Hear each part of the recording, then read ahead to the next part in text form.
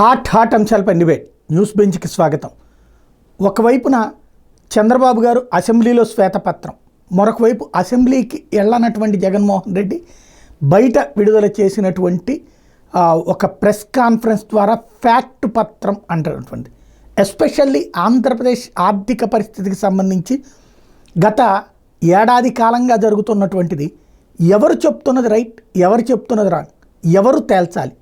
14 లక్షల కోట్ల రూపాయల అప్పు చేశాడు జగన్మోహన్ రెడ్డి, రాష్ట్రం సర్వనాశనం అయిపోతుంది అంటూ విమర్శించి ఆ తర్వాత అధికారంలోకి వచ్చినటువంటి చంద్రబాబు నాయుడు నిన్న 9.5 లక్షల కోట్ల రూపాయల అప్పులు అన్నటువంటి తేల్చారు.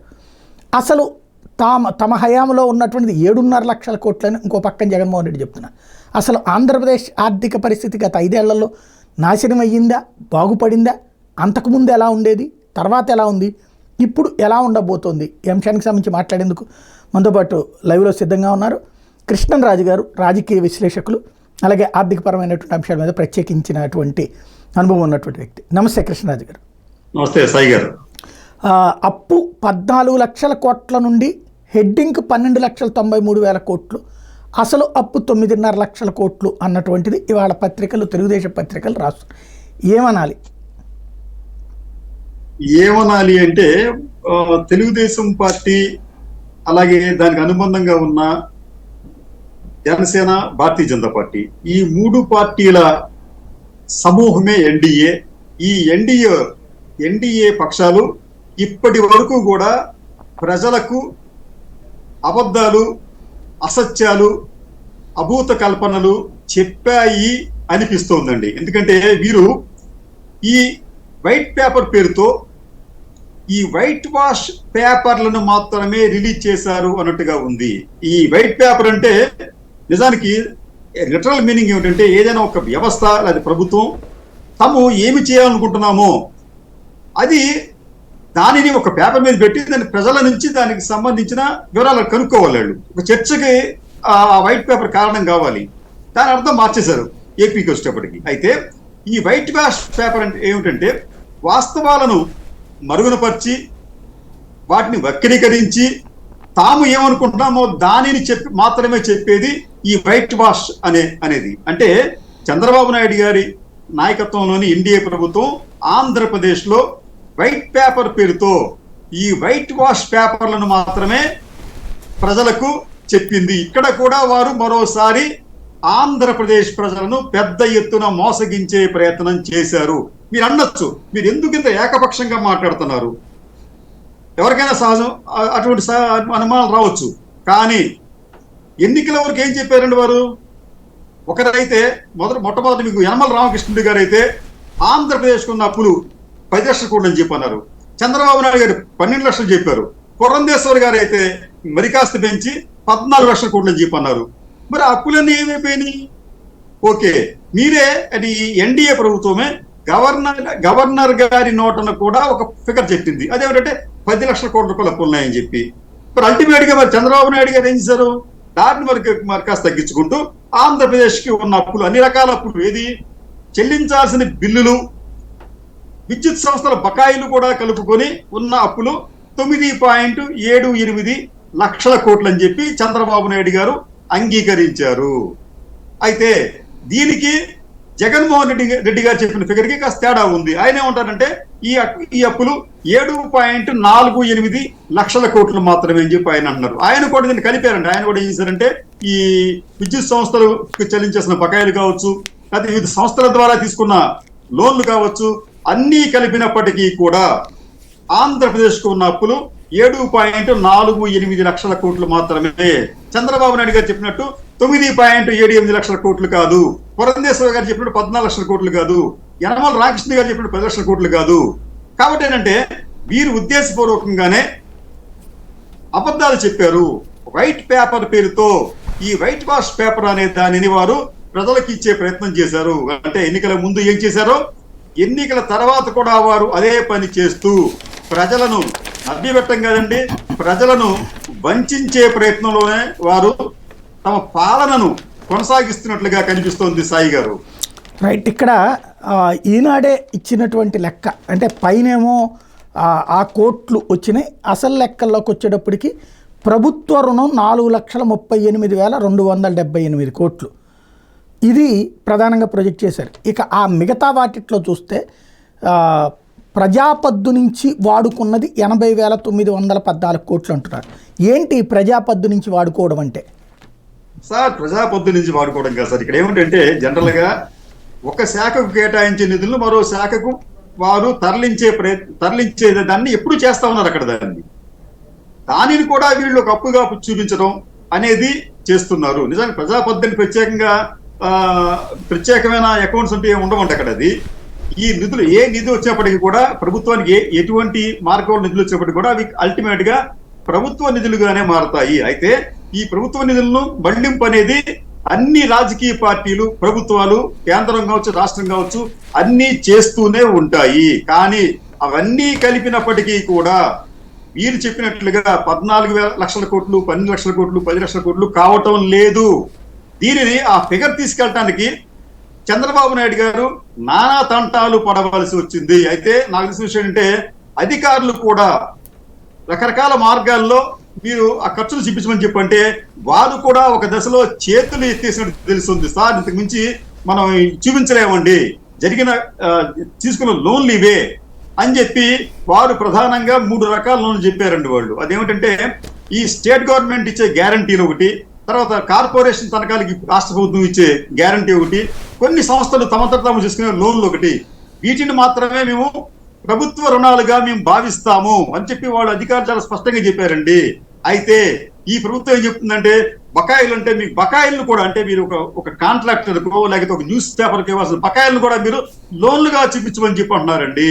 అంటే బకాయిలు అనేది చేసిన పనులకు ఇచ్చే మొత్తం మాత్రమే. చేసిన అప్పులు వేరు, చేసిన పనులకు ఇచ్చే ఆ డబ్బు వేరు. దానిని కూడా చూపించమని చెప్పి తెలుగుదేశం పార్టీ అధినేత చంద్రబాబు నాయుడు గారు ఈ రాష్ట్ర ప్రభుత్వంలో ఉన్న ఆర్థిక రంగ నిపుణులకు పదే చెప్పినప్పటికీ కూడా వారు కూడా ఏమీ చేయలేక అల్టిమేట్ గా ఈ 9.78 లక్షల కోట్ల వరకు మాత్రమే వారు పరిమితమయ్యారు.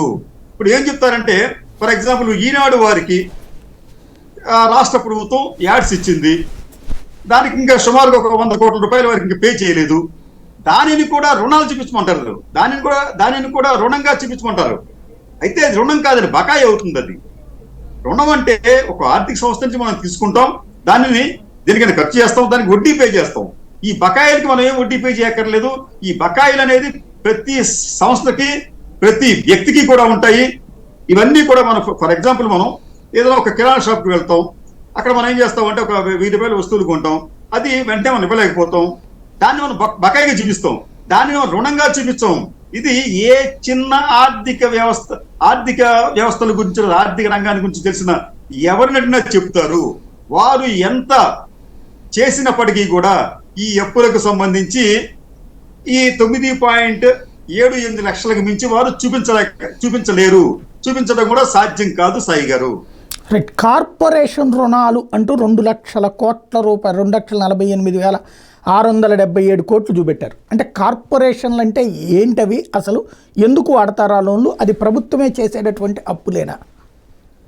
అదేనండి, ఇప్పుడు మనకు వచ్చేటప్పటికి ఏమైందంటే ఒకప్పుడు ఈ కార్పొరేషన్ అన్ని కూడా పూర్తి స్థాయిలో ప్రభుత్వంలో భాగంగా ఉండేవి. అంటే గతంలో మీకు ఒక ఎగ్జాంపుల్ చెప్తాను. ఆర్టీసీ అనేది ఒక కార్పొరేషన్ అండి. ప్రభుత్వంలో దీన్ని విలీనం చేయకపోతే అదొక సంస్థగా ఉండేది, ఇండిపెండెంట్ నిర్ణయాలు తీసుకునేది, వారికి ఏమన్నా ఇబ్బందులు వస్తే ప్రభుత్వం ఆదుకునేది. అప్పుడు వారు ఏం చేసేవారంటే తమ అభివృద్ధికి వారు కొన్ని రుణాలు చేయాల్సిన పరిస్థితి ఏర్పడుతుంది. ఇప్పుడు కార్పొరేషన్ సంబంధించి ప్రభుత్వంలో ఆర్టీసీని విలీనం చేయకముందు వారు వేలాది బస్సులు కొన్నారండి. ఆ బస్సులు కొనడానికి వారికి కొంత అమౌంట్ కావాలి. వారు ఏం చేయాలి? తమ ఆస్తులను తాకట్టు పెట్టాలి. అది కూడా చాలకపోతే ఏం చేస్తున్నాం, ప్రభుత్వం వాళ్ళకి గ్యారంటీ చేస్తుంది. ఆ బస్సులు అమ్మే లైలాండ్ కో టాటా వారికో మీ ఇస్తాం, గ్యారంటీ ఇస్తామని చెప్పి అంటుంది. దానిని కూడా రుణాలుగానే చూపిస్తున్నారు. సింపుల్ సార్ మీకు అది. రైట్, మంచి పాయింట్. చాలామందికి అర్థం కానటువంటి అంశం. ఇకపోతే విద్యుత్ రంగ బకాయిలు 34,267. ఇది అంటే అప్పు ఎక్కడన్నా తీసుకొచ్చి ఈ బకాయిలు కట్టినట్ట వీటిని? సార్, ఇప్పుడు మీకు విద్యుత్ రంగానికి సంబంధించి కూడా వారు కొన్ని యంత్ర సామాగ్రిని కొనవలసి వస్తుంది, కొంత వారి సేవలను కూడా పొందవలసి వస్తుంది.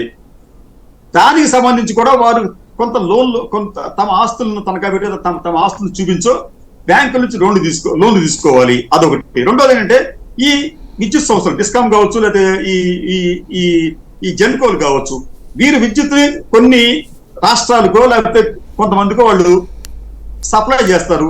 ఆ సప్లై చేసిన దానికి వారు తిరిగి మనకి అమౌంట్ చెల్లించాలి.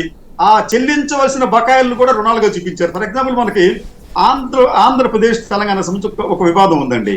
అదేమిటంటే ఆంధ్రప్రదేశ్ రాష్ట్రం విడిపోయిన తర్వాత ఆంధ్రప్రదేశ్ నుంచి తెలంగాణకు మనం కొంత విద్యుత్ సరఫరా చేస్తాం. దానికి సంబంధించి వారు దాదాపుగా మనకి 6,000 కోట్ల రూపాయలు మన ఆంధ్రప్రదేశ్ పే చేయాలి. అది వివాదం అనుకోండి. కానీ అది మనకి ఆ జెన్కోకి ఏమవుతుంది, డిస్కమ్స్ కి ఏమవుతుందంటే అది కేవలం అది బకాయి మాత్రమే అవుతుంది. అయితే దానిని కూడా మనం రుణంలో చూపించగలమా? చూపించలేము. అది రుణం కాదండి అది. కానీ ఇప్పుడు ఏం చేస్తున్నాను, చంద్రబాబు నాయుడు ఏం చేస్తున్నారంటే ఒక కొత్త తీరు ప్రవేశపెట్టాను. ఇటువంటి బకాయిలను కూడా మీరు రుణాలుగా చూపించండి అని చెప్పి ఒక ప్రయత్నం అనేది దీంట్లో జరిగింది. అందుకే మీకు ఏమైందంటే ఈ అప్పుల మొత్తం అనేది పెరిగింది. మీకు కేంద్ర ప్రభుత్వానికి వచ్చేటప్పటికి, అంటే కేంద్ర ప్రభుత్వ గణాంకాల ప్రకారం ఇవన్నీ పనికిరావండి. అక్కడ నిర్మలా సీతారామన్ ఏం చెప్తారంటే ఆంధ్రప్రదేశ్ ఉన్న అప్పులు ఎంత అంటే ఆవిడ కేవలం 5 లక్షల కోట్ల రూపాయలు మాత్రం చెప్తారండి. వారికి ఈ కార్పొరేషన్ అప్పులు, ఈ బకాయిలతో సంబంధం ఉండదు వాళ్ళకి. అది అల్టిమేట్ గా వారు బడ్జెట్ లో చూపించినా, లేకపోతే ఇతరత్ర నివేదికల్లో చూపించినా, ఒకవేళ ఆర్బీఐ చూపించినప్పటికి కూడా ఆంధ్రప్రదేశ్ ఉన్న అప్పులు కేవలం 5 లక్షల కోట్లు మాత్రమే. ఈ కార్పొరేషన్లు, ఇతర బకాయిలు, ఈ నానా రకరకాలుగా చేసే లేకపోతే బకాయిలు, ఇవ్వాల్సిన బకాయిలు, ఇవన్నీ కూడా వారి పరిధిలోకి రావు. ఇట్లా చేస్తే మనకి ఇంకేంటంటే ఆంధ్రప్రదేశ్ సంబంధించి ఇంకొక ముఖ్యమైన క్వశ్చన్ చెప్పాలి సార్. ఇక్కడ మనం ఏ రాష్ట్రానికి అయినప్పటికీ కూడా అప్పులు ఎంత శాతం ఉన్నాయని చెప్పడానికి ఆ రాష్ట్రం యొక్క జిఎస్డిపి, రాష్ట్ర స్థూల జాతీయోత్పత్తితో దానిని మనం కంపేర్ చేసుకోవాలి. అంటే నిష్పత్తి. ఫర్ ఎగ్జాంపుల్ మన భారతదేశానికి స్థూల జాతీయోత్పత్తితో పోలిస్తే దాదాపు 60% అప్పులు ఉన్నాయండి. అంటే మన స్థూల జాతీయోత్పత్తి 100 రూపాయలు అయితే అప్పులు మనకి 60 రూపాయలు ఉన్నాయి. సింపుల్ టర్మ్స్ చెప్పాలంటే. అలాగా ఆంధ్రప్రదేశ్కి వచ్చేటప్పటికి ఈ ఆంధ్రప్రదేశ్ స్థూల జాతీయోత్పత్తిలో అప్పుల నిష్పత్తి కేవలం 38% మాత్రమే. అయితే ఇది కొన్ని రాష్ట్రాలు, అంటే పంజాబ్ కావచ్చు, లేకపోతే ఇట్లా కొన్ని రాష్ట్రాలు ఉన్నాయండి. మన పొరుగునే ఉన్న కర్ణాటక కావచ్చు, తమిళనాడు కావచ్చు, వారికి 40 నుంచి 50-55% వరకు కూడా అప్పుల నిష్పత్తి ఉంది. అంటే ఆ రాష్ట్రాలతో పోలిస్తే ఆంధ్రప్రదేశ్ అనేది చాలా సేఫ్ గానే ఉంది. తర్వాత ఎఫ్ఆర్ఎంబి అని చెప్పి ఫిస్కల్ మేనేజ్మెంట్ కి సంబంధించి అక్కడ కూడా ఆంధ్రప్రదేశ్ ఎప్పుడు కూడా తన పరిధులను ఎప్పుడు కూడా దాటలేదు. దాటకుండానే ఎవరితో కూడా ఇటువంటి మాట ఇప్పుడు, ఎందుకంటే ఫిస్కల్ మేనేజ్మెంట్ కు సంబంధించిన దాన్ని వారు అధిగమించి అప్పులు చేస్తే వెంటనే కేంద్రం జోక్యం చేసుకుని దాన్ని తప్పు పడుతుంది. దాన్ని మీరు పరిధి నుంచి అప్పులు చేస్తున్నారని చెప్పి. కానీ కేంద్రం ఏ రోజు కూడా ఆంధ్రప్రదేశ్ కు సంబంధించి మీరు పరిధిలకు మించి అప్పులు చేశారు అని చెప్పి ఒక్కసారి కూడా అనలేదు. ఇది ఒక్కటి చాలు మనకి. మన అప్పులు పరిధిలోనే ఉన్నాయి, అపరిమితంగా లేవు, పరిధి మించి చేయలేదు అని చెప్పడానికి ఆ ఒక్క సంఘటన చాలు సాయి గారు. రైట్. అంటే ఇప్పుడు వీళ్ళు చెప్పినటువంటి లెక్క ఏంటంటే చంద్రబాబు గారు చెప్పింది ఏదో తన హయాంలో మార్చి 31, 2019 నాటికి టోటల్గా 3,75,295 కోట్ల అప్పులే ఉంది. ఇప్పుడు ఇవన్నీ కలిపితే 9,74,556 అంటున్నారు. అంటే అప్పట్లో ఒరిజినల్ అప్పు 3,75,295 కోట్ల, లేకపోతే ఈ కార్పొరేషన్ రుణాలు, పౌర సరఫరాల బకాయిలు, ఇవన్నీ కూడా అప్పుడు అన్ని కలిపి 3,75,295 కోట్ల. ఇక్కడ చంద్రబాబు నాయుడు గారి చాణక్యం అక్కడే మనం గమనించాలండి. చంద్రబాబు నాయుడు గారు ఏం చెప్తున్నారంటే జగన్మోహన్ రెడ్డి గారు చెల్లించవలసిన, ఈనాడుతో అందరికీ చెల్లించవలసిన బకాయిలను కూడా లెక్క తీసుకొని కార్పొరేషన్కి ఇచ్చిన గ్యారంటీలని, కార్పొరేషన్ ఇండిపెండెంట్ గా చేసిన లోన్లు కూడా కలిపి చెప్తున్నాడు ఈ రోజు. కానీ తన హయాంలో చేసిన అప్పులకు మాత్రం కేంద్ర ప్రభుత్వం ఎంత చెప్తుందో అంత చెప్తున్నాడు ఆయన. 3.75 చెప్తున్నాడు ఆయన. అప్పుడు కూడా అంటే చంద్రబాబు నాయుడు గారు దిగిపోయే సమయానికి దాదాపు 60,000 కోట్ల రూపాయలు కార్పొరేషన్లు అప్పులు చేశాయి. మిగతా సంస్థలు ఇంకో 40,000 చేశాయండి. అంటే లక్ష కోట్ల రూపాయలు అక్కడ దాన్ని మనం కలపాలి. సరే, ఆయన చెప్పిన ప్రతిపాదనే మనం బకాయిలు. మరి బకాయిలు కూడా మరి ఆయన కలపలేదు. అయినప్పుడు కలపకుండా మేము మా హయాంలో చేసింది కేవలం 3.75 lakh crores మాత్రం చెప్తున్నాడు ఆయన. అంటే కన్వీనియంట్ గా ఉండడానికి అయినా మా హయాంలో అంతా కూడా స్వర్ణయుగం, చాలా చక్కటి సుపరిపాలన అందించాం, మీ హయాంలో అంత అధ్వానంగా చేశారు, మీరు రాష్ట్రాన్ని నాశనం చేశారు అని చెప్పే ఒక ప్రయత్నాన్ని ఆయన ఒక స్కిల్ఫుల్ గా ఆయన చెప్పే ప్రయత్నం చేస్తున్నారు. కానీ ప్రజలు ఈ విషయంలో వాస్తవాలని వారు నెమ్మదిగా గమనిస్తున్నారు. కానీ ఇప్పటికే చేతులు కాలాయి, ప్రజల చేతులు కాలాయి. ఇప్పుడు ఆకులు పట్టుకుని కూడా వారు పొందే ఉపశమనం లాంటిది ఏం లేదు. ఈ 4.5 లేకపోతే 5 ఏళ్ల పాటు ఈ ప్రభుత్వాన్ని ఆంధ్రప్రదేశ్ ప్రజలు భరించడం తప్ప వారికి వేరే గత్యంతరం లేదు. సాగరికి మీ విషయం చెప్తానంటే, చంద్రబాబు నాయుడు గారికి సంబంధించి ఒక గొప్ప అంశం ఏంటంటే, ఆయన మన భారతదేశంలో గతంలో డాక్టర్ చక్రవర్తుల రాజగోపాలాచారి గారిని the cunning politician of India అని చెప్పి అనేవారు. కానీ ఈ మోడర్న్ డేస్ లో చంద్రబాబు నాయుడు గారిని కూడా the cunning politician of Andhra Pradesh అని చెప్పి కూడా మనం అనుకోవచ్చు. ఎందుకు ఆ మాట వాడాల్సి వస్తుందంటే, చంద్రబాబు నాయుడు గారి లాంటి వ్యక్తి, ఆయన వ్యూహాలు అన్నీ కూడా కేవలం అధికారంలోకి రావటం వరకే చాలా ఎఫెక్టివ్ గా పనిచేస్తాయండి. అధికారంలోకి రావటానికి ఆయన అనుసరించే మార్గాలు, చెప్పే మాటలు కూడా నిజానికి ప్రజల్ని భ్రమింపజేస్తాయి, ప్రజల్ని వంచన చేస్తాయి, ప్రజల్ని మోసగిస్తాయి అన్నట్లుగా ఉంటాయి.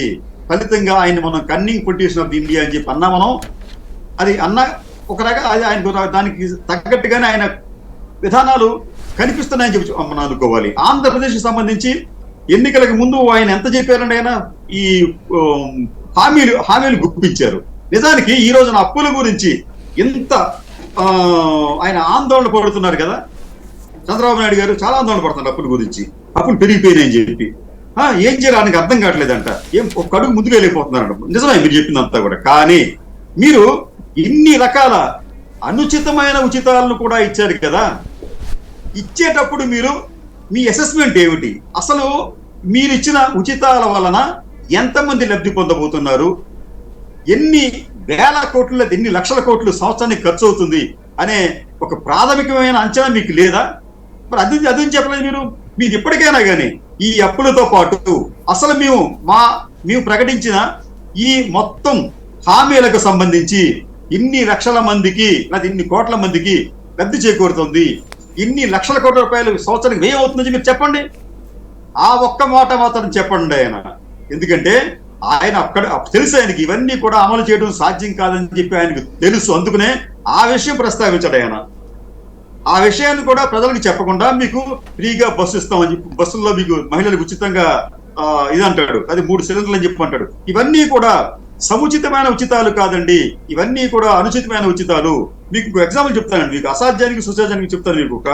మీకు మన పొరుగునే ఉన్న కర్ణాటక వారు సిద్ధరామయ్య అధికారంలోకి వచ్చిన 40 రోజుల్లోనే ఉచిత బస్సు పథకం మహిళలకు ఆయన అమలు చేశాడు, 40 days లో అండి. మన పక్కనే ఉన్న తెలంగాణ, అక్కడ రేవంత్ రెడ్డి గారు అధికారంలోకి వచ్చిన 2 రోజుల్లోనే ఆ పథకాన్ని అమలు చేశారు. మరి చంద్రబాబు నాయుడు గారు వచ్చి 50 రోజులు అయిపోతుంది, ఇప్పటి వరకు కూడా దాన్ని ఊసెత్తట్లేదు ఆయన. అంటే ఏమిటిది? ముందు నేను అధికారంలోకి రావడానికి కోసం మీ మీద మీకు ఒక వరాల జల్లు కురిపించేస్తాను, ఆ తర్వాత చూసుకుందాం అనే ఒక భావంతో ఉన్నారు. ఆంధ్రప్రదేశ్ లో ఒక విచిత్రమైన సిచ్యువేషన్ ఏర్పడిందండి. మొన్న అసెంబ్లీ ఎన్నికల్లో ఆంధ్రప్రదేశ్ లో ఎన్డీఏ కూటమి ఘన విజయం సాధించింది. కానీ ఆ తర్వాత ఆంధ్రప్రదేశ్ ప్రజలు ఘోరంగా ఓడిపోయారు. ఈ రోజున వారు ఏమీ చేయలేని ఒక నిస్సాయ స్థితిలో ఉన్నారు. ఏవైనా అంటే మీరు ఏదైనా ఈ పథకాన్ని ఇంప్లిమెంట్ చేయమంటే మేము రోడ్డు మ్యాప్ వేస్తాం, విధి విధానాలు రూపొందిస్తాం, చర్చలు జరుపుతాం, ఇటువంటి మాటలు చెబుతున్నారే తప్ప ఈ పథకాన్ని ఈ నెల నుంచి ఇంప్లిమెంట్ చేస్తాము, దానికి ఎంత ఖర్చు అవుతుందని చెప్పి ఇప్పటి వరకు ఏ మంత్రి చెప్పడం లేదు. ప్రశ్నిస్తామని చెప్పి అధికారంలోకి వచ్చిన పవన్ కళ్యాణ్ గారు కూడా దీనికి మినహాయింపుగా లేరు. ఆయన కూడా పిఠాపురంలో మీరేమిటి రోజుకి చెత్త పన్ను కింద రోజుకి ₹1 కడుతున్నారు, నెలకి 30, అలా కాదు, రోజుకి మీరు ₹3 అంటే ₹90 పే చేయండి అని చెప్పి ఆయన చెప్తున్నాడు ఆయన. ఓకే, అది కాకుండా చంద్రబాబు నాయుడు గారు నిన్న చెప్పిన ప్రకటనలో ఆయనకి అయోమయంగా ఉన్నా అంట, ఆయనకి అర్థం కావట్లేదంట, ముందు ఒక కడుగు కాళ్ళు కదపలేకపోతున్నా అంట.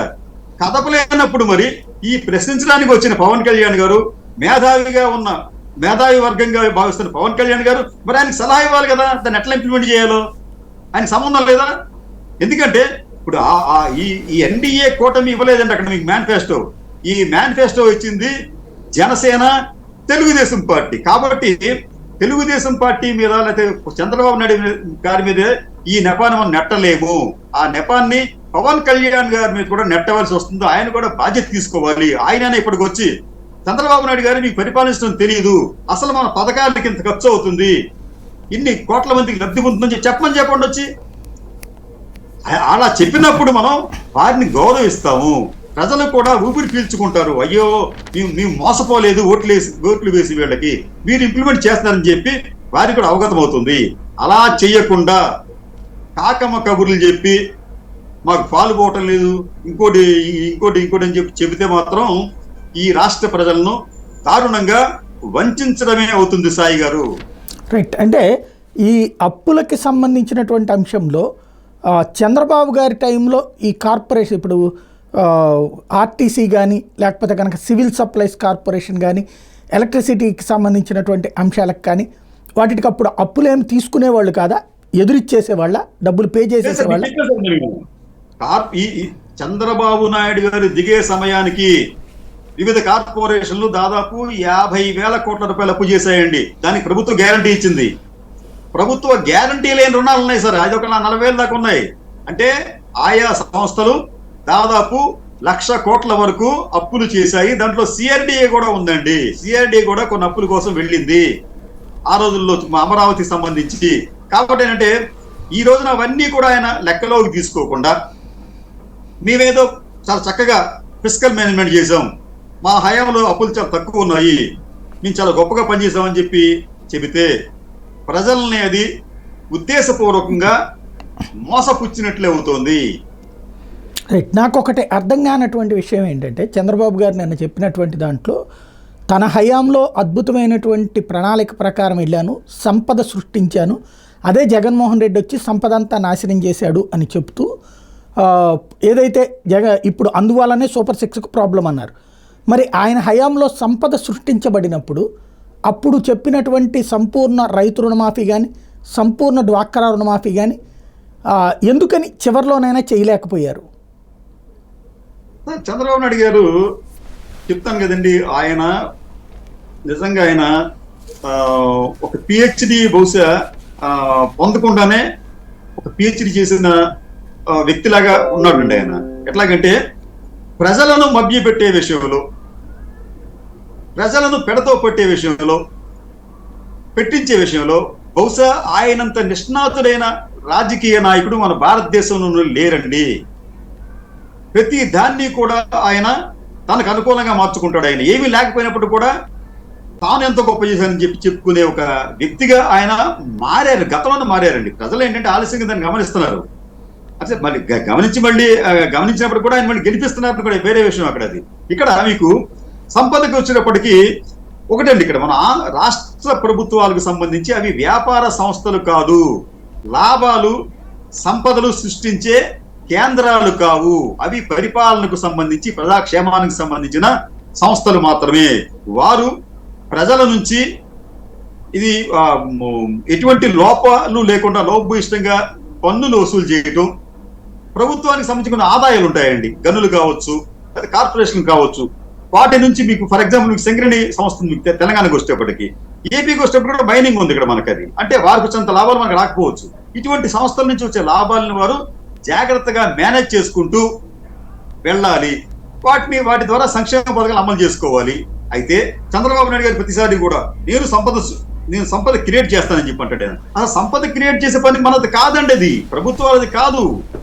మీకు రిలయన్స్ అంబానీకి తేడా ఏముంది అక్కడ సంపద క్రియేట్ చేసుకుంటే? అది కాదు. మీకు వచ్చే సంపదని మీరు ఎలా మేనేజ్ చేస్తున్నారు, దానిని సముచితంగా ఉపయోగిస్తున్నారా, అనుచితంగా ఉపయోగిస్తున్నారా, దానిని మీరు వ్యర్థపరుస్తున్నారా, దానిని మీరు ఒక సమర్థవంతంగా ప్రజలకు కోసం వాడుతున్నారా అనేది అక్కడ ముఖ్యంగా భావించాలి. సరే, ఇంత చెప్పిన చంద్రబాబు నాయుడు గారు ఆయన హయాంలో సృష్టించిన సంపద ఏమిటండి, ఎంత ఉంది? నిజానికి చంద్రబాబు నాయుడు గారి హయాంలో ఆయన దిగిపోయే నాటికి 2019 నాటికి ఆంధ్రప్రదేశ్ లో జీడిపి మన స్థూల జాతీయోత్పత్తి మొత్తం కలిపితే 4 సుమారుగా 90 ఉందండి. అంటే 4,90,000 వరకు ఉంది. అది ఆ తర్వాత జగన్మోహన్ రెడ్డి గారి హయాంలో దాదాపు 8.2కు అంతకు పెరిగింది. అది అంటే దాదాపు 3 స్థూల జాతీయోత్పత్తి పెరిగింది. అది ఎట్లా సాధ్యం అవుతుంది? అది ఆంధ్రప్రదేశ్ లో గ్రోత్ లేకపోతే. అంటే ఇక్కడ ఏమవుతుందంటే చంద్రబాబు నాయుడు బడ్జెట్ కూడా మీకు చంద్రబాబు నాయుడు గారి టైంలో 1,90,000 ఉండేది. ఇక్కడ వచ్చేటప్పుడు దాదాపు 2,50,000 వరకు బడ్జెట్ వాల్యూమ్ కూడా పెరిగింది. అంటే బడ్జెట్ ఎంతనే పెంచుకోవచ్చు అనుకోవచ్చు, కానీ అది విపరీతంగా పెంచినా అది ఆచరణ సాధ్యం కాదు దాన్ని ఇంప్లిమెంట్ చేయడం. ఇట్లాగే మీకు ఏ రంగం చూసినప్పుడు కూడా గ్రోత్ అనేది స్పష్టంగా కనిపించింది ఏపీ హయాంలో. మీకు సార్ నిన్నగాక మొన్న అండి మీకు నీతి ఆయోగ్ ఈ రోజు నీతి ఆయోగ్ మీటింగ్ జరిగింది. దానికి మమతా బెనర్జీ గారు దాన్ని వాకౌట్ చేశారు. ఇక్కడ ఆ నీతి ఆయోగ్ సమావేశంలో చంద్రబాబు నాయుడు గారు అనర్గళంగా 20 మినిట్స్ మాట్లాడారు. అయితే ఇది నీతి ఆయోగ్ జస్ట్ కొద్ది రోజుల క్రితం రిలీజ్ చేసిన ఒక నివేదికలో, అంటే మీకు నీతి Aayog report 2023 on sustainable development goals SDG అనే ఒక నివేదిక చేశారండి. అంటే దాదాపు 16 లక్ష్యాలకు సంబంధించి 16 విభాగాలకు సంబంధించి ఆయా రాష్ట్రాల పనితీరు ఎలా ఉంది, దేశం పనితీరు ఎలా ఉంది అని చెప్పి వారు ఒక నివేదిక రిలీజ్ చేస్తే, దీనికి సంబంధించి ఒక్కొక్క రంగానికి 100 పాయింట్లు ఇస్తే ఏ రాష్ట్రం ఎన్ని పాయింట్లు తెచ్చుకుంది 100కి అని చెప్పి, అలాగే దేశం కూడా ఏ విభాగంలో ఎన్ని పాయింట్లు వచ్చిందని చెప్పి చెబితే, దేశవ్యాప్తంగా చూస్తే ఇండియాకు ఓవరాల్ గా 71 పాయింట్లు వస్తే ఆంధ్రప్రదేశ్ కు 74 పాయింట్లు వచ్చాయండి. అంటే కేంద్ర ప్రభుత్వంతో పోలిస్తే ఆంధ్రప్రదేశ్ లో ఈ గోల్స్ అచీవ్మెంట్ లో ఇంకా ఏపీనే ముందడుగులో ఉంది. రెండోది వాళ్ళు చెప్తారంటే ఈ ఫ్రంట్ రన్నర్ రాష్ట్రాలు, అంటే బాగా వృద్ధి చెందుతున్న రాష్ట్రాలు, ఈ 16 విభాగాల్లో చక్కగా వాళ్ళు చక్కగా అమలు చేస్తున్న రాష్ట్రాలకు వచ్చేప్పటికి ఆంధ్రప్రదేశ్ అనేది ఈ ఫ్రంట్ రన్నర్ రాష్ట్రంలో ఉంది. అంతేకాకుండా మీకు అఫోర్డబుల్ క్లీన్ ఎనర్జీ ఈ విభాగంలో ఆంధ్రప్రదేశ్ దాదాపు కదండి 100కు 100 పాయింట్లతో అగ్రస్థానంలో ఉంది. ఇది జగన్మోహన్ రెడ్డి హయాంలో సాధించిన ఘనత. రెండోది మీకు నదీ జలాలు అలాగే మత్స్య సంపద వీటి రక్షణ వాటి అభివృద్ధికి సంబంధించి ఆంధ్రప్రదేశ్ 95 పాయింట్లతో 2వ స్థానంలో ఉంది. మీకు ఇంకా పేదరిక నిర్మూలనలో ఇది ముఖ్యం సార్. ఇక్కడ పేదరిక నిర్మూలనలో ఆంధ్రప్రదేశ్ 86 పాయింట్లతో 3వ స్థానంలో ఉంది. దేశంలోనే 3వ స్థానంలో ఏపీ ఉంది. పేదరికం నిర్మూలన అనేది ఎట్లా సాధ్యం అవుతుందండి అనుకుందాం. పోనీ ఆంధ్రప్రదేశ్ లో ఆర్థిక అభివృద్ధి పెరిగితే ఉపాధి వస్తుంది, ఉత్పత్తి పెరుగుతుంది, ఫలితంగా వచ్చే ట్యాక్సుల వలన మనం సంక్షేమ కార్యక్రమాలని అమలు చేయొచ్చు. అప్పుడు ఏమవుతుందంటే పేదరికం అనేది తగ్గుతుంది. ఇలా తగ్గే విషయంలో ఆంధ్రప్రదేశ్ అనేది దేశంలోనే 3వ ర్యాంకులో ఉంది 86 పాయింట్లతో. అలాగే మీకు జీరో హంగర్, అంటే అసలు ఈ రోజున ఆంధ్రప్రదేశ్ లో ఆకలితో ఎవరు అలమటించడం లేదు. జీరో హంగర్ ఈ గోల్కు సంబంధించి ఏపీ 81 పాయింట్లతో 3వ ర్యాంకులో ఉంది. ఇది జగన్మోహన్ రెడ్డి గారి హయాంలో జరిగిన ఘనత. అది ఎన్ని మీరు సంపద సృష్టిస్తాను, జగన్మోహన్ రెడ్డి ఎంత చెత్త చేస్తాడు అని చెప్పి చెబుతుంటే మీరు ఒకవైపు నీతి ఆయోగ్ అలా కాదు, ఏపీ ఫ్రంట్ రన్నర్ రాష్ట్రంగా ఉంది, కీలకమైన విభాగాల్లో మొదటి 2-3 స్థానాల్లో ఉందని చెప్పి నీతి ఆయోగ్ చెప్తుంది. మనం దేన్ని నమ్మాలి? ప్రజలు మాత్రం ఏం చేస్తున్నారంటే ఈ వాస్తవాలు అనేవి ఏదైనా ఒకటి వెలుగులోకి వస్తే దానిని భూస్థాపితం చేస్తున్నారు. ఎంతండి, అనేక మీటర్ల లోతులో వాస్తవాలను భూస్థాపితం చేసి వారికి ఉన్న main stream media, social media సహకారంతో అవాస్తవాలను మాత్రమే ప్రచారం చేస్తున్నారు. అల్టిమేట్ గా ప్రజలకు నిరంతరం అవాస్తవాలు మాత్రమే కనిపిస్తున్నాయి, వినిపిస్తున్నాయి. వాస్తవాలు పూర్తిగా అదృశ్యమైపోతున్నాయి. అందుకనే ఇటువంటి పనులు చేయటం వల్లనే గత ఎన్నికల్లో ఎన్డీఏ అనేది చాలా సునాయాసంగా అధికారంలోకి రాగలిగింది. రైట్. ఇక్కడ అమరావతి అన్నటువంటి దాన్ని అలాగా దెబ్బతీయటం వలన 3 రాజధానులను తిరగడం వలన 4 లక్షల కోట్ల రూపాయల సంపద అదృశ్యమైపోయింది అని చెప్తున్నారు బాబు గారు. ఇది విచిత్రమైన ఆర్థిక సూత్రం అండి అది. అంటే మనకి ఏదో కీస్ థియరీ, అలాగే మార్షల్ తీరు చెప్పుకుంటాం ఎకనామిక్స్ లో. అలాగే ఈ చంద్రబాబు నాయుడు గారి తీరు, ఆయన ఉద్దేశం ఏంటంటే అమరావతిలో సంపద ఆవిరైపోయింది, అది ఇంప్లిమెంట్ అయి ఉంటే ఏమైంది, అది రాష్ట్రానికి ఉపయోగపడిపోయేది. దాదాపు మీరు చెప్పిన ప్రకారం 4 లక్షల కోట్ల రూపాయల సంపద మనకు లభించకుండా పోయిందని చెప్పండి. తప్పండి అది. వారి బాధ అంతా ఏమిటంటే అమరావతిలో చంద్రబాబు నాయుడు గారు ఉండి ఉంటే అక్కడ ఎకరాల స్థలం అనేది ఈ రోజున 5 కోట్లకు 6 కోట్లకు చేరుకునేది. అది ఇప్పుడు ఏమైంది, జగన్మోహన్ రెడ్డి రావటం వల్ల ఆయన ఒక వంతుకు ఆయన దాన్ని నిర్లక్ష్యం చేశాడు, అది మనందరికీ తెలిసిందే. ఫలితంగా ఏమైందంటే అక్కడ ఆ స్థలాన్ని కొనే నాదుడు లేకపోయాడు. ఫలితంగా అక్కడ పెట్టుబడులు పెట్టిన వాళ్ళు కొంత ఆర్థికంగా వాళ్ళు ఇబ్బందులు పడ్డారు. కొంతమంది మాత్రమే, మిగతాళ్ళకి పెద్ద ఇబ్బంది ఉండకపోవచ్చు. అంటే ఆయన ఏమంటాడంటే ఇలాగా స్థలాల రేట్లు పొలాల రేట్లు పెరిగిపోలేదు కాబట్టి సంపద లేదు, అక్కడ పెరిగిపోవాలి, ఎంత పెరిగితే అంత మనకు సంపద వచ్చినట్టుగా ఆయన భావిస్తున్నాడు. ఆయన ఏం చెప్తాడంటే ఒక ఎకరా స్థలం అనేది ఈ రోజున 6 కోట్లకు 7 కోట్లకు చేరిపోతే లబ్ధి పొందేది ఎవరండి? బడా పారిశ్రామికవేత్తలు, వ్యాపారవేత్తలు. ఎందుకంటే అక్కడ బల్క్ గా కొంత వాళ్ళు ఆ స్థలాల రేట్లు పెరిగితే వారు ఏం చేస్తారు, వాళ్ళు అక్కడ అమ్ముకొని వేరే చోటకి వెళ్ళిపోతారు, అక్కడ ఇన్వెస్ట్మెంట్ చేసుకుంటారు వాళ్ళు. దానివల్ల ఇక్కడ ఈ రాష్ట్ర ప్రజలకు వచ్చే బెనిఫిట్ ఏంటి? ఆ విషయం గురించి మాట్లాడ్డా ఆయన ఏం చెప్తాడంటే ఇక్కడ అమరావతి రాజధానిగా అయ్యి ఉంటే పెద్ద పెద్ద సంస్థలు వచ్చేవి, ఫలితంగా ఉత్పత్తులు వచ్చేవి, ఉపాధి పెరుగుతుంది, ట్యాక్స్లు వస్తాయని చెప్పిన అది కొంతవరకు నిజమే. కానీ అవన్నీ కూడా తాత్కాలికమైన ఉపశమనాలు ఇచ్చేవి తప్ప లాంగ్ రన్ లో ఉపయోగపడేవి కాదు. దానికేం చెప్తారంటే ప్రధానంగా వాడు చెప్పేది మీకు ఇదండి, ఇది మీకు హైదరాబాద్ ని కంపేర్ చేసి చెప్తాను. హైదరాబాద్ కు సంబంధించి హైదరాబాద్ పెద్ద ఒక అద్భుతమైన విజయంగా వాళ్ళు భావిస్తూ ఉంటారు. అక్కడ అదొక పెద్ద రోల్ మోడల్ అని చెప్పి అంటారు. నిజమే కదండి అది. అయితే హైదరాబాద్ లో ఉన్న కంపెనీలు, ఐటీ కంపెనీలు ఎక్కడున్నాయి? సౌత్ ఇండియాలో బెంగళూరులో ఉండొచ్చు, లేకపోతే నెక్స్ట్ హైదరాబాద్ లో ఉన్నాయి. అయితే హైదరాబాద్కి వచ్చిన లాభం ఏంటండి?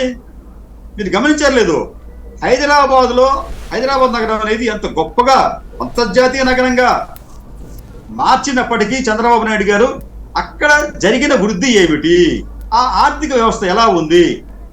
విచిత్రం ఏంటంటే Hyderabad GSDP, Telangana GSDP, Andhra Pradesh GSDP ఒకసారి చూడమని చెప్పండి. అంటే స్థూల జాతీయ ఉత్పత్తి వచ్చేటప్పటికి ఆంధ్రప్రదేశ్ జిఎస్డిపిఏ ఎక్కువగా ఉంది తమిళనాడు కన్నా, తెలంగాణ కన్నా. నిజానికి వారు చెప్పిన ప్రకారం ఏమైపోవాలి, హైదరాబాద్ ఉండటం వల్ల తెలంగాణ జిఎస్డిపి చాలా గొప్పగా పెరిగిపోవాలి. కానీ పెరిగిందా? పెరగలేదు. దానికి కొంతమంది మేధావులు, సూడో మేధావులు ఏం చెప్తారంటే మీరు చెప్పింది కరెక్టే, జిఎస్డిపి అనేది ఆంధ్రప్రదేశ్ లో ఎక్కువ ఉంది తెలంగాణ కన్నా కూడా, కానీ మా తలసరి ఆదాయం ఎక్కువ అని చెప్పి అంటారు. తలసరి ఆదాయానికి వచ్చేటప్పటికి తెలంగాణ తలసరి ఆదాయాన్ని ఏం చెప్తున్నారంటే వాళ్ళు దాదాపు 3,05,000 రూపాయలు చూపిస్తున్నారు తలసరి ఆదాయాన్ని. నేనేమంటానంటే దానిని మీరు హైదరాబాద్ మినహాయించి చూడండి ఎంత వస్తుంది అక్కడ. మీకు రెస్ట్ ఆఫ్ తెలంగాణకి ఎంత ఉందండి అక్కడ తలసరి ఆదాయం? చాలా దారుణం, 2,20,000 మాత్రమే. కానీ ఆంధ్రప్రదేశ్ తలసరి ఆదాయం ఇప్పుడు ప్రస్తుతానికి 2,70,000 రూపాయల వరకు చేరుకుంది. అంటే వీళ్ళు ఏం చేస్తున్నారంటే మసిపూసి మారేడుకాయ చేయటం. మీకు ఇదే కాదండి, మన తెలంగాణని ఆంధ్రాని కంపేర్ చేస్తే అనేకానేక రంగాల్లో ఆంధ్రప్రదేశ్ అనేది అద్భుతంగా ఉంది. గ్రోత్ రేట్ కూడా ఆంధ్రప్రదేశ్ లో చాలా ఎక్కువగా ఉంది. ప్రజల ఆదాయం కూడా బాగానే ఉంది. ఈ మధ్య కాలంలో మీకు ఒక 2-3 సంవత్సరాల క్రితం నుంచి మనం చూస్తే ఒక 2 రికార్డులు మనం గమనించాలండి. అదేమిటంటే ఒకటి ఇన్కమ్ ట్యాక్స్ ఎస్ఎస్ఎస్ అంటే ఆదాయ పన్ను కట్టేవారు, రెండోది పిఎఫ్ అకౌంట్లు దక్కిన వారికి. అంటే పిఎఫ్ అకౌంట్లు ఎవరికి వచ్చినాయి, ఎవరు పొందారనే విషయానికి వచ్చేటప్పటికి మనం కంపేర్ చేస్తే ఆంధ్రప్రదేశ్కి వచ్చేటప్పటికి దాదాపు 14 లక్షల పిఎఫ్ అకౌంట్లు కొత్తగా యాడ్ అయ్యాయండి. ఏపీకి వచ్చేటప్పటికి ఎందుకు యాడ్ అయ్యాయి అంటే వారికి ఉపాధి లభించింది. ఎటువంటి ఉపాధి? ఒక సుస్థిరమైన కంపెనీల నుంచి వారికి ఉపాధి లభించింది. అంటే ఏ కంపెనీ పెడితే ఆ కంపెనీ, ఏ సంస్థ పెడితే ఆ సంస్థ పిఎఫ్లు ఇవ్వలేవండి. కానీ ఈ 14 లక్షల మందికి వారు పిఎఫ్ కడుతున్నారు అంటే వారందరికీ కూడా ఒక సుస్థిరమైన ఉద్యోగం లభించింది. కానీ అదే తెలంగాణలో కేవలం 8 లక్షల మంది మాత్రమే పిఎఫ్ ఖాతాలు యాడ్ అయ్యాయి. మరి అది గ్రోత్ ఎవరుంది అక్కడ? రెండోది ఇన్కమ్ ట్యాక్స్ కి సంబంధించిన ఎస్ఎస్ఎస్, ఇన్కమ్ ట్యాక్స్ కట్టేవాళ్ళు, అది కూడా ఆంధ్రప్రదేశ్ లో దాదాపు 16 లక్షల మంది అదనంగా యాడ్ అయ్యారు. అంటే ఆంధ్రప్రదేశ్ ప్రజలకు ఆదాయం పెరగకపోతే వారు ఇన్కమ్ ట్యాక్సెస్ ఎందుకు కడతారు వాళ్ళు అనుకుందాం మనం. ఆంధ్రప్రదేశ్లో సంపద పెరగకపోతే వారు ఇన్కమ్ ట్యాక్స్ ఎట్లా కట్టగలుగుతారు? వాళ్ళు సంపద పెరగబట్టి ప్రజలకు ఆదాయం వస్తుంది కాబట్టి వారు ఆదాయ పన్నుకి వాళ్ళు ఖాతాదారులుగా చేరుతున్నారు. మరి సంపద పెరగలేదని చెప్పి ప్రచారం చేస్తే అంటే తమ ఇష్టానుసారం ప్రజలు నమ్ముతున్నారు. ప్రజలను నమ్మించే ఒక పెద్ద యంత్రాంగం మా దగ్గర ఉంది కాబట్టి మేము ఏమి చెప్పినా అది చెల్లుబాటు అవుతుందని చెప్పి అంటున్నారు. నిజంగా వారు చెప్పినట్టుగానే చెల్లుబాటు అవుతూ వస్తుంది. గతంలో ఒకసారి ఒక 3-4 ఇయర్స్ బ్యాక్ అనుకుంటా ఆంధ్రప్రదేశ్లో ఆర్థిక అత్యవసర పరిస్థితి వచ్చేసింది. కేంద్ర ప్రభుత్వం జోక్యం చేసుకుంది. ఆర్థిక నిపుణులు ఆంధ్రాకు వచ్చేశారు, సీజ్ చేసేబోతున్నారు. భారతదేశ చరిత్రలో ఒక రాష్ట్ర ప్రభుత్వపు అకౌంట్లకు కేంద్రం నిర్వహించే పరిస్థితి, ఇది అత్యవసర రాష్ట్రపతి పాలన కంటే దారుణమైనటువంటి పరిస్థితి రాబోతోంది అని చెప్పారు. ఆ తర్వాత చూస్తే రొటీన్గానే నడిచిపోయింది. అంటే మధ్యలో ఏమైనా జగన్ మేనేజ్ చేశాడా మోడీని, లేకపోతే మోడీ ఏమైనా సాయం చేశారా జగన్కి? సార్, ఇప్పుడు గణాంకాలకు సంబంధించి ఎవరు ఎవరిని మోసగించలేరు, ఎవరు ఎవరిని మేనేజ్ చేయలేరండి. ఒక ఉదాహరణ మీకు ఏమిటంటే, ఈ రోజున మోడీ గారికి ఆంధ్రప్రదేశ్లో ఉన్న పార్లమెంటు సభ్యుల మధ్య చాలా కీలకం, మనందరికి తెలిసిందే. దానిని ఆయన దృష్టిలో పెట్టుకుని అమరావతికి ఈ 15,000 కోట్ల రూపాయలు గ్రాంట్గా ఇచ్చేయచ్చు కదా అనుకుందాం మనం. ఎందుకంటే అవసరం ఉంది కాబట్టి. మోడీ గారికి చంద్రబాబు నాయుడు మధ్య చాలా చక్కటి అవగాహన వచ్చింది. ఇద్దరు కూడా చాలా ఆప్యాయంగా ఆలింగనం చేసుకున్నారు, చాలా ఇంపార్టెన్స్ ఇస్తున్నారు కేంద్రం రాష్ట్రానికి. మరి అదేదో గ్రాంట్గా ఇచ్చేయచ్చు కదా. గ్రాంట్ అంటే తిరిగి మనం చెల్లించాల్సిన అవసరం ఉండదు. కానీ ఆయన ఏం చెప్తున్నాడు, ఆయన బాబు మీకు గ్రాంట్గా నేను ఇవ్వలేను రా బాబు, సాధ్యం కాదు అది. నేను మీకు ప్రపంచ బ్యాంకు నుంచి మీకు లోన్ ఇప్పించే ప్రయత్నం చేస్తాను, మీరు కట్టుకోండి అని చెప్పి అన్నాడు ఆయన. మరి ఎట్లాగండి ఇప్పుడు ఒక రాష్ట్రాన్ని ఒక రాష్ట్రం ఆర్థికంగా ఇబ్బందుల్లో ఉంటే కేంద్రం చేంజ్ చేయగలుగుతుంది అక్కడ? అది సాధ్యం కాదండి. అది భారతదేశంలో అది అట్లా చేస్తే మిగతా రాష్ట్రాలు తిరుగుబాటు చేస్తాయి. అందుకని మీకు 2 సంఘటనలు జరిగినాయి సార్ ఇక్కడ. అంటే ఈ కేంద్ర వైఖరి సరిగ్గా ఉండకపోతే రాష్ట్రాల పట్ల, అంటే ఒక రాష్ట్రానికి అయాచితంగా సహాయం చేసి మిగతా రాష్ట్రాలను విస్మరిస్తే ఆయా రాష్ట్ర ప్రభుత్వాల నుంచి తిరుగుబాట్లు మొదలవుతాయి. మీకు ఈరోజు నీతి ఆయోగ్ సమావేశం నుంచి బైకాట్ చేసిన మమతా బెనర్జీ గారు కొద్ది రోజుల క్రితం మాట్లాడారండి.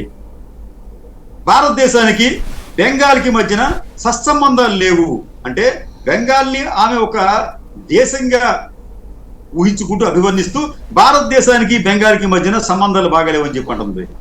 కేరళ ముఖ్యమంత్రి పినరాయి విజయ్ గారు ఆయన ఏమంటాడండి, కేరళకు ఒక విదేశాంగ శాఖ కార్యదర్శి నియమిస్తానని చెప్పి అంటాడు ఆయన. అంటే అది కేరళ ఒక దేశమా? ఇవన్నీ ఎందుకు వస్తున్నాయి మనకి? ఇటువంటి విషయాలు మనకి ఎందుకు ఎదురవుతున్నాయంటే, కేంద్రంలో ఏదైనా తప్పు చేస్తే రాష్ట్రాలు ఊరుకోవండి. కేంద్రంలో ఉన్నది అది సెంట్రల్ గవర్నమెంట్ కాదు సార్, అది కేంద్రంలో ఉంది, అది యూనియన్ గవర్నమెంట్. వివిధ రాష్ట్రాల కలయికే కేంద్రము. ఆ విషయాన్ని దృష్టిలో పెట్టుకునే కేంద్రం ఎవరికి అయాచితంగా సహాయం చెయ్యదు. జగన్మోహన్ రెడ్డిని కాపాడిందంటే అది అవాస్తవం అండి. జగన్మోహన్ రెడ్డిని కాపాడే ప్రయత్నం వాళ్ళైతే ఇక్కడ చేయలేదు, చేసే ఆస్కారం కూడా లేదు. జగన్మోహన్ రెడ్డి ముఖ్యమంత్రిగా ఉండగా ఆయనకు అదనంగా ఇచ్చిన నిధులు కూడా ఏమీ లేవు, ఎక్సెప్ట్ పోలవరానికి ఇవ్వాల్సిన విడతల వారికి ఇవ్వాల్సిన అమౌంట్ తప్ప అదనంగా ఇచ్చింది కూడా ఏమీ లేదు. కాబట్టి ఏంటంటే ఆంధ్రప్రదేశ్ అనేది జగన్మోహన్ రెడ్డి గారి హయాంలో ఒక రకంగా చెప్పాలంటే ఆర్థికంగా బాగానే ఉంది. ఆఖరికి ఏంటంటే ఫస్ట్ తారీఖు జీతాలు ఇవ్వకపోయినప్పటికి కూడా 5కో 6కో 10కో అయినా జీతాలు ఇచ్చాడు. తర్వాత దాదాపు 2.75 లక్షల కోట్ల రూపాయల సంక్షేమ పథకాలకి టంచనగా ఇచ్చాడు. అలా ఇచ్చినప్పటికీ కూడా ఆంధ్రప్రదేశ్ ఒక సోమాలియాగా మారలేదు, ఒక శ్రీలంకగా మారలేదు.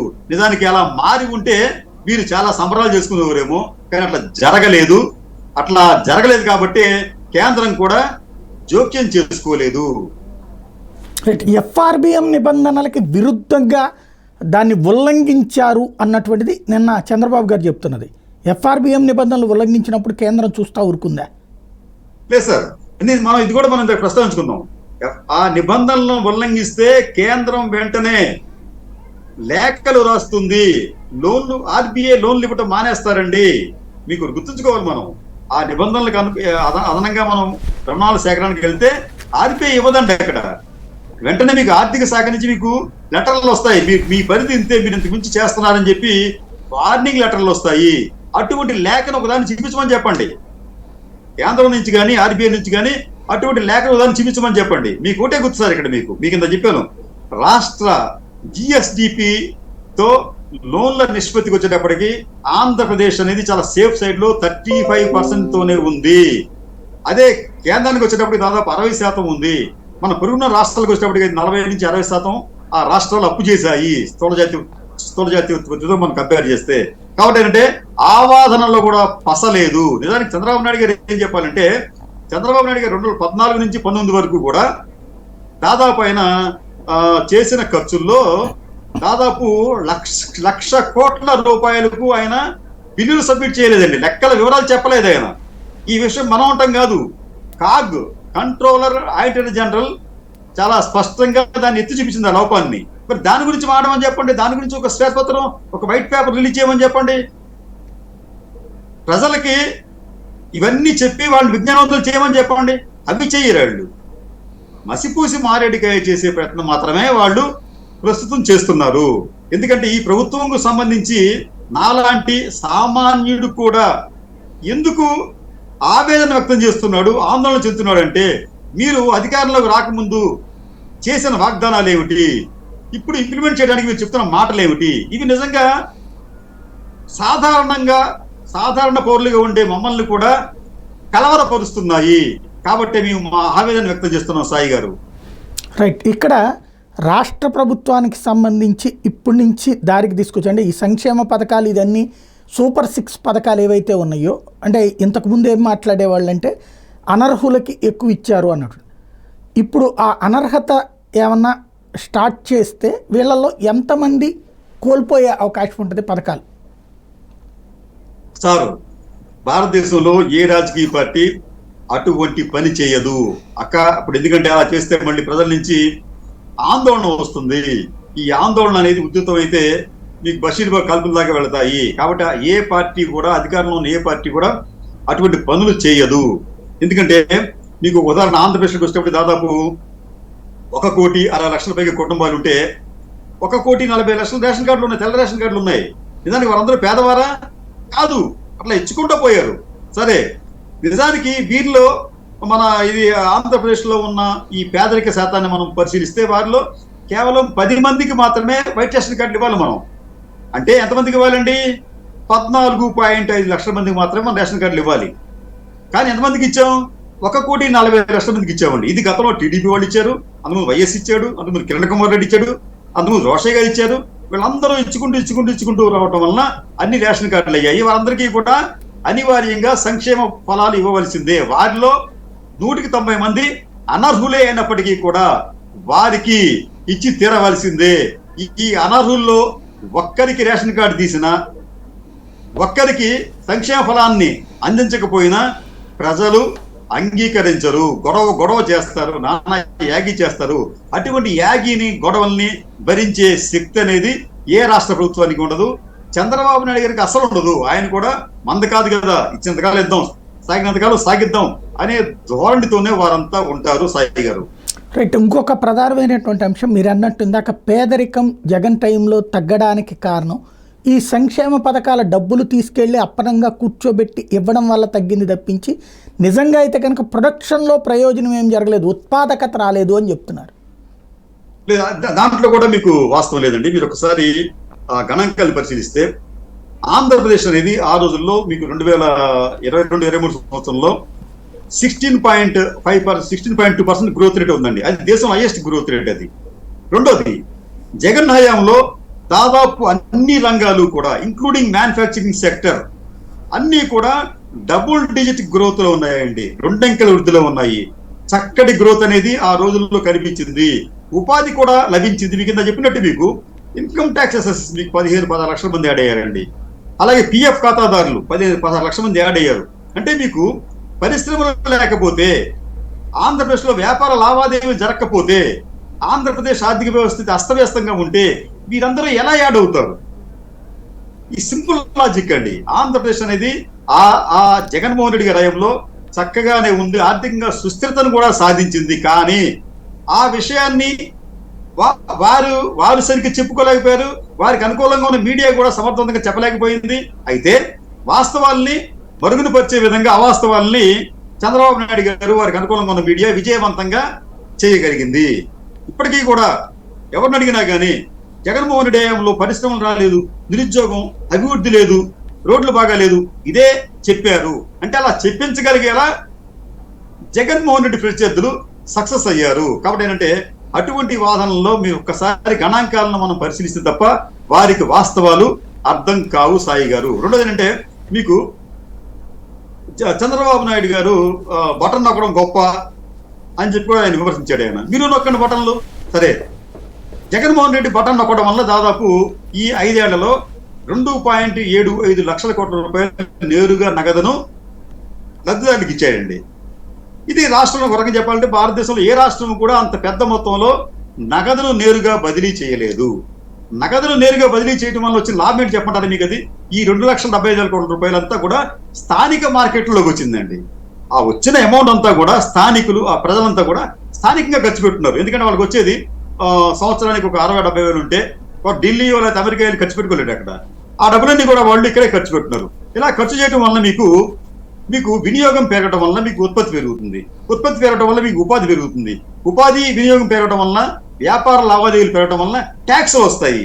ఇవన్నీ కూడా కేంద్రానికి రాష్ట్రానికి కూడా లబ్ధి చేకూరింది. ఇది కూడా ఒక అంశంగా దీన్ని మనం భావించాలి. ఇది సంక్షేమ పథకాలు ఇవ్వటం వలన కేవలం లబ్ధి పొందింది పేదలు మాత్రమే కాదు, హోల్గా మనం ఏపీ కూడా లబ్ధి పొందింది ఇటువంటి కారణాలతో. ఈ విషయాన్ని కూడా చెప్పుకోవడంలో జగన్మోహన్ రెడ్డి గారి ప్రభుత్వం వరకు చెప్పాలంటే సఫలం కాలేకపోయింది. రైట్. ఈవేళ దేశవ్యాప్తంగా ఉన్నటువంటి పరిస్థితుల రీత్యా చూస్తే ఆంధ్రప్రదేశ్లో ఇప్పుడు ఎదురవుతున్నటువంటి ఈ సిచ్యుయేషన్లో జగన్ భవిష్యత్ ఎట్లా ఉంటుంది? ఇప్పటికే మీరు చెప్పినటువంటి విధంగానే పబ్లిక్లో అయితే రాష్ట్రాన్ని నాశనం చేశాడు, విధ్వంసకారుడు, లేకపోతే ఒక మాఫియా డాన్ అన్నటువంటిది జనంలోకి చాలా సీరియస్గా తీసుకెళ్లిన నేపథ్యంలో భవిష్యత్తు ఉంటుంది అసలు జగన్కి? సరే, ఇక్కడ మీకు జగన్మోహన్ రెడ్డి గారిని మనం ఒకసారి అసెస్ చేసే ముందు చంద్రబాబు నాయుడు గారిని కూడా అసెస్ చేసుకోవాలండి. చంద్రబాబు నాయుడు గారు దగ్గర ఒక గొప్ప ఏంటంటే పడిన ప్రతిసారి కొత్త ఆలోచనలు, కొత్త వ్యూహాలతో ముందుకెళ్తున్నాడు. రెండోది, ఒక ప్రభావితం చేసే వర్గాలు ఉంటాయండి ప్రతి సమాజంలో కూడా. ఆ ప్రభావితం చేసే వర్గాలన్నీ కూడా ఆయన వెనకాల ఉంటున్నాయి. అంటే మేధావులు కావచ్చు, పారిశ్రామికవేత్తలు కావచ్చు, వ్యాపారవేత్తలు కావచ్చు, కుల సంఘాలకు సంబంధించిన వాళ్ళు కావచ్చు, ఈ ప్రభావితం చేసే వర్గాలు చంద్రబాబు నాయుడు వెనకాల ఉన్నాయి. కాబట్టి ఏంటంటే ఆయన ప్రతిసారి కింద పడిన ప్రతిసారి కూడా ఆయన తిరిగి లేవగలుగుతాడు. ఫర్ ఎగ్జాంపుల్ మొన్న ఎన్నికల్లో వచ్చేటప్పటికి చంద్రబాబు నాయుడు గారిని బాగా ఆదుకున్నది ఎవరండి? ఈ ప్రభావితం చేసే వర్గాలు, ఎన్ఆర్ఐస్, ఈ కమ్మ సామాజిక వర్గానికి చెందిన వారు, వ్యాపారవేత్తలు, రియల్ ఎస్టేట్ వాళ్ళు, పారిశ్రామికవేత్తలు, వీరందరూ కూడా చంద్రబాబు నాయుడు గారు సిబిఎన్ తిరిగి అధికారంలోకి రావాలని చెప్పి వాళ్ళు మనస్ఫూర్తిగా కోరుకున్నారు, మనస్ఫూర్తిగా పనిచేశారండి. ఒక వ్యక్తి ఉన్నాడు మీకు విజయవాడలో, ఒక వ్యక్తి, అతను ఒక రియల్ ఎస్టేట్ వ్యాపారి. జగన్మోహన్ రెడ్డి అధికారంలో ఉండటం వల్ల రియల్ ఎస్టేట్ వ్యాపారం పడిపోయింది, మేము నష్టపోయామని చెప్పి భావంతున్నాడు అతను. ఎప్పుడైతే చంద్రబాబు నాయుడు గెలిచాడో ఆ రియల్ ఎస్టేట్ వ్యాపారి విజయవాడ నుంచి తిరుపతికి నడుచుకుంటూ వెళ్ళి ముక్కు తీర్చుకున్నాడు. అది అతను ఒక ప్రభావాన్ని కలిగించే ఒక వ్యక్తి. అంటే ఈ శక్తులు, ఈ వ్యక్తులు, ఈ సమూహాలన్నీ కూడా చంద్రబాబు నాయుడు వెనక ఉన్నాయి, దాన్ని గమనించండి. సరే, ప్రజలు లేరా అంటే మీకు చెప్పిన ఈ ఇన్ఫ్లుయెన్స్ గురి చేసే వర్గాలు ఏవైతే ఉన్నాయో వీరు సామాన్య ప్రజలను ప్రభావితం చేస్తున్నారు. ఫలితంగా గత ఎన్నికల్లో చంద్రబాబు నాయుడు గారికి ఊహించినంత మెజారిటీ వచ్చింది. అదే మీకు జగన్మోహన్ రెడ్డి గారికి వచ్చినప్పటికీ ఆయనకున్న ఓట్ బ్యాంక్ అనేది తగ్గింది, 40% వద్ద నిలిచింది. ఇక్కడ జగన్మోహన్ రెడ్డి దగ్గరికి వచ్చినప్పటికీ గత ఎన్నికల్లో ఆయన కులానికే చెందిన వారు ఆయనకు దూరం అయ్యారు, ఆయన కుటుంబ సభ్యులు ఆయన దూరం అయ్యారు, ఆయనకి నమ్మకంగా ఉండవలసిన వర్గాలు ఏవైతే అంటున్నాడు ఆయన బీసీ వాళ్ళు దూరం అయ్యారు. అలాగే మీకు మైనారిటీలు, ముస్లింస్ కూడా సపోర్ట్ చేస్తారని వాళ్ళు దూరం అయ్యారు. ఎందుకు? ఈ వర్గాలన్నీ కూడా తెలుగుదేశం పార్టీకి అనుకూలంగా ఉన్న ఈ ప్రభావిత వర్గాలు ప్రభావితం చేశాయి కాబట్టి. సరే, ఇంకా అక్కడతో మనం ఒక ఆస్పెక్ట్ చూస్తే జగన్మోహన్ రెడ్డి గారికి సంబంధించి ఆయన పనితీరు ఏంటంటే ఆయన తన పార్టీని ఒక ప్రైవేట్ లిమిటెడ్ పార్టీగా కాకుండా, అంటే చంద్రబాబు నాయుడు గారి పార్టీ కూడా ప్రైవేట్ లిమిటెడ్ లాంటి పార్టీయే, కానీ దానికి సంబంధించి ఆయన అడ్జస్ట్మెంట్ చేసుకుంటూ వెళ్తున్నాడు. ఆయన అవసరాన్ని బట్టి తన వ్యూహాలను మార్చుకుంటున్నాడు, అడ్జస్ట్మెంట్ చేస్తున్నాడు. కానీ జగన్మోహన్ రెడ్డి అటువంటి పనులు చేయటం లేదు అని చెప్పి అనిపిస్తుంది. ఆయన కూడా తన ప్రైవేట్ లిమిటెడ్ కంపెనీని సంబంధించి ద్వారాలు ఓపెన్ చేయాలి, వివిధ వర్గాలకు చెందిన వారికి దాంట్లో స్థానం కల్పించాలి, వారు చెప్పింది వినాలి, వారిని తనకు లాయల్ గా మార్చుకోవాలి. అంటే చంద్రబాబు నాయుడు గారికి ఏ వర్గాలు లాయల్ గా మారాయో ఆ లాయల్ గా ఉన్న వర్గాలు ఈ పార్టీకి లేరు కాబట్టి వాళ్ళని చేర్చుకోవాలండి. ఇలా చేర్చుకోవడం వలన మీకు సంపన్న అలాగే మీకు మేధావి వర్గాలు ఆయన చేర్చుకోకపోతే ఆయన పరిస్థితి మరింత దారుణంగా తయారవుతుంది.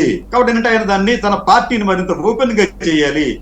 ఇది ఒక పబ్లిక్ లిమిటెడ్ కంపెనీగా దాన్ని మార్చగలగాలి.